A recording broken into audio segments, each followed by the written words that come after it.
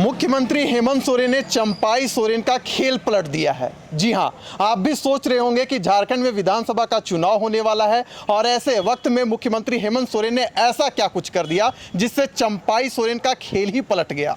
तो पूरी विस्तृत जानकारी आपको देंगे, लेकिन इससे पहले आपको बताएंगे कि भारतीय जनता पार्टी ने परिवर्तन यात्रा निकाली थी और वह परिवर्तन यात्रा 2 अक्टूबर को हजारीबाग की धरती से समाप्त हो गई। लेकिन जो मुख्यमंत्री हेमंत सोरेन और झारखंड मुक्ति मोर्चा की ओर से जो मैया सम्मान यात्रा निकाली गई थी वह अब भी जारी है। कोल्हान प्रमंडल में और पलामू प्रमंडल में मैया सम्मान यात्रा पूरी तरह से सफल रही, ऐसा हम नहीं बल्कि राजनीतिक पंडित कह रहे हैं। हमारे साथ 2 वरिष्ठ पत्रकार जो न्यूज़विंग के हैं, मनीष जी और रफीक जी, इस वक्त हमारे साथ मौजूद हैं। मुख्यमंत्री हेमंत सोरेन ने चंपाई सोरेन का खेल पलट दिया, ऐसी जो चर्चा है राजनीतिक गलियारों में हो रही है। यानी कि सरायकेला की धरती में कल्पना सोरेन जाती है, जोबा मांझी मोर्चा संभालती हैं और पूरा जो खेल है चंपाई सोरेन का पलट गया है।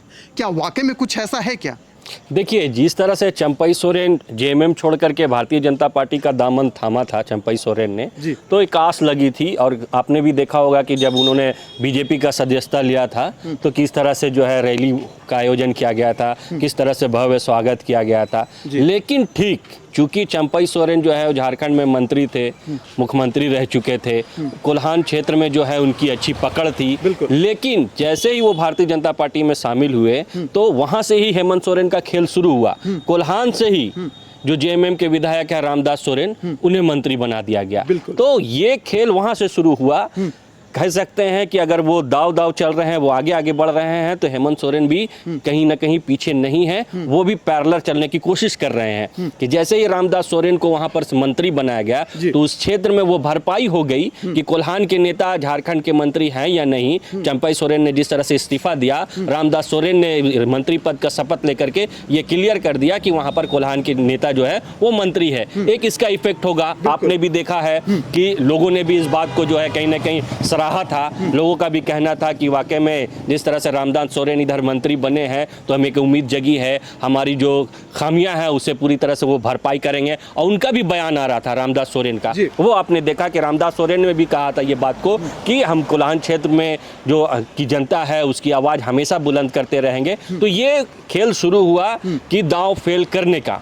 दूसरी बात अगर हम देखें तो देखिए आप, कल्पना सोरेन जो है वो पूरी तरह से कोल्हान में, यूँ तो पूरी झारखंड में वो तक पहुंच रही हैं और जो है मैया सम्मान योजना के साथ साथ झारखंड मुक्ति मोर्चा की जो मतलब कोशिश है वो कोशिश को फुलफिल कर रही है। लेकिन जिस तरह से मैया सम्मान योजना को लेकर के उन्होंने कोल्हान में प्रचार किया, प्रसार किया, लोगों से मिली, जनता से उन्होंने मुलाकात किया, तो कह सकते हैं कि उसका भी जो जन सैलाब देखने को मिल रहा था वो वाकई में कहा जा सकता है कि कहीं ना कहीं पूरी मेहनत की जा रही है, चाहे हेमंत सोरेन की तरफ से या फिर कल्पना सोरेन की तरफ से, ताकि जो हर खामियां हुई है या फिर जो इफेक्ट पड़ सकता था उसे फुलफिल किया जा सके। तो कहना गलत नहीं होगा कि वाकई में अगर भारतीय जनता पार्टी कदम आगे बढ़ा के चलने की कोशिश कर रही है तो हेमंत सोरेन भी हो या फिर जेएमएम हो, वो कहीं ना कहीं कदम मिला करके चलने की कोशिश कर रही है, खासकर इस मामले पर चंपाई सोरेन के पार्टी छोड़ देने पर। मनीष जी, कोल्हान क्षेत्र में चंपाई सोरेन को टाइगर के रूप में जाना जाता है, पहचाना जाता है, लेकिन हमने देखा कि किस प्रकार से मैया सम्मान यात्रा निकाली जाती है। कल्पना सोरेन सरायकेला में ही रोड शो करते हैं, जन सैलाब ऊपर पड़ता है। अब राजनीतिक गलियारों में चर्चा हो रही है कि चंपाई जिस उम्मीद के साथ भारतीय जनता पार्टी में आए थे वह फीका पड़ रहे हैं। क्या वाकई में कुछ ऐसा है क्या? देखिए विशाल, सबसे पहली बात है कल्पना सोरेन के पीछे आपने सही कहा, जन समर्थन का सैलाब जहाँ वो जाती है वाकई में वो देखने को मिलता है। और दूसरा सबसे बात, मैया योजना जो है उसका उन्होंने आभार यात्रा निकाला था। हर कह सकते हैं जहाँ जहाँ उन्होंने सवाल किया एक जन सैलाब के रूप में उनके पीछे देखने को मिला जनता का। कह सकते हैं कहीं ना कहीं जब से मुख्यमंत्री हेमंत सोरेन जेल गए थे उसके बाद जो बाहर आई है कल्पना सोरेन, उनके जन समर्थन वो अपार देखने को मिल रहा है। हाँ, अपने कहा जो कह सकते हैं कि कोल्हान के क्षेत्र में चंपाई सोरेन के जाने के बाद फिर से उसको कैसे बूस्टअप किया जाए जेएमएम के कार्यकर्ताओं को, कहीं ना कहीं जो जितना भी कोल्हान के कई बड़े नेता जो जेएमएम के उन्होंने इस्तीफा भी दिया है, उसके जगह भरपाई करना अभी नामुमकिन है। लेकिन जो कल्पना सोरेन है उस जगह को भरने में कहीं ना कहीं दिख रही, कामयाब होती दिख रही है, क्योंकि कह सकते महज बस कह सकते 1 महीना ही चुनाव का समय बचा हुआ है, उसमें कितना वो भर पाती है, क्योंकि एकाएक कह सकते हैं कोल्हान का टाइगर चंपई सोरेन था, उसका चले जाना कहीं ना कहीं बड़ी बात है। कह सकते हैं कि जेएमएम का दूसरा सबसे बड़ा नेता माना जाता था, पहला गुरुजी शिबू सोरेन को, उसके बाद चंपई सोरेन, इसके बाद के तो उस जगह को भर पाना जो हेमंत सोरेन भी कर रहे हैं, लेकिन उससे कहीं ना कहीं उनके सभा के अगर कह सकते हैं मायने देखा जाए और कल्पना सोरेन की सभा के मायने देखे तो कल्पना सोरेन में जो भीड़ दिख रही है, जो समर्थन दिख रही है, कहीं ना कहीं जेएमएम से जुड़ाव जो पहले नहीं था अब और अधिक जुड़ा। दूसरा सबसे बात है कि जो ट्राइबल जो आदिवासी है वो फिर से एक बार कहीं ना कहीं कल्पना सोरेन के नाते जुड़ रहे हैं, लेकिन चुनाव में देखना होगा कि जो सभा में भीड़ दिख रही है क्या वो वोट में कन्वर्ट हो पाएंगे। जी बिल्कुल, क्योंकि कल्पना के ये बहुत बड़ी बात है, वो सबसे बड़ी बात है कि चंपई चले गए हैं, क्या जो चंपई का समर्थन है उनका वोटर है क्या कल्पना में शिफ्ट होगा या नहीं, ये देखने वाली बात होगी। रफ़ी जी, मेरा सवाल अगला आपसे रहेगा। अगर हम चंपई सोरेन को देखें तो 30 अगस्त को उन्होंने भारतीय जनता पार्टी का दामन थाम लिया, लेकिन ठीक उससे पहले वो कह रहे थे कि धोखे से नरेंद्र मोदी प्रधानमंत्री बन बैठे हैं। 1,36,000 करोड़ रुपए अब तक राज्य को नहीं मिल पाया है। बांग्लादेशी घुसपैठिए की मुद्दा बेवजह से आपस में लड़ाने के लिए उठाया जा रहा है, लेकिन आज वही चंपई सोरेन कदम से कदम मिला रहे हैं भारतीय जनता पार्टी के साथ। तो कहीं जनता ऐसा नहीं सोचेगी कि अब 1,36 करोड़ रुपए का क्या हुआ, आदिवासी अस्मिता क्या हुआ? सवाल तो उठेंगे।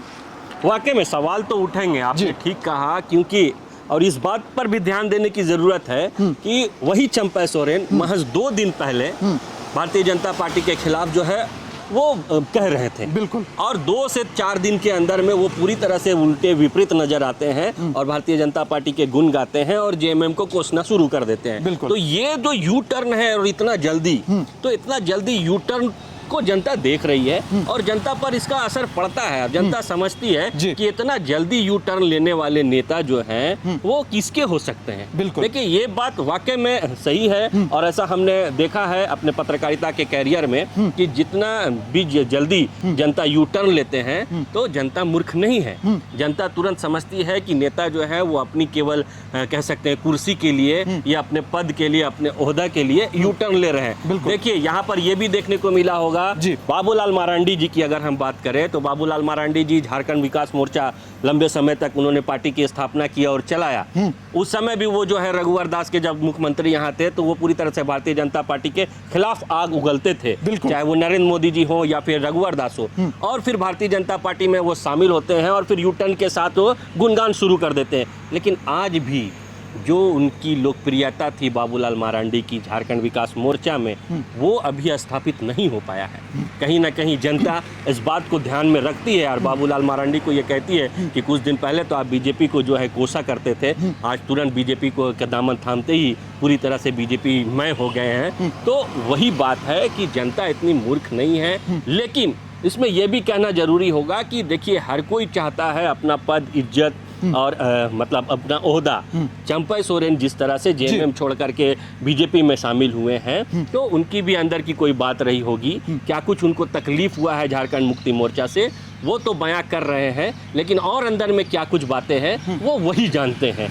अगर बात रही जनता की तो जनता सब देख रही है और कहना गलत नहीं होगा कि वाकई में राजनीतिक है, सब कुछ संभव है, कुछ भी हो सकता है। ऐसे में कब किसका जो है पड़ला भारी होगा ये देखने वाली बात होती है, इसे पहले कहना मुश्किल होगा। लेकिन जिस तरह से चंपई सोरेन ने जेएमएम का दामन थाम करके बीजेपी का दामन थामा है और अपनी मतलब बीजेपी की मजबूती की दुहाई दे रहे हैं, इधर जेएमएम जो इस तरह से राजनीति कदम बढ़ा रहा है, कल्पना सोरेन जिस तरह से मेहनत कर रही है, आने वाले समय में पता चलेगा कि सफलता किसे मिलती है। जी मनीष जी, आखिरी सवाल आपसे रहेगा कि चंपई सोरेन अब भारतीय जनता पार्टी में शामिल हो गए हैं।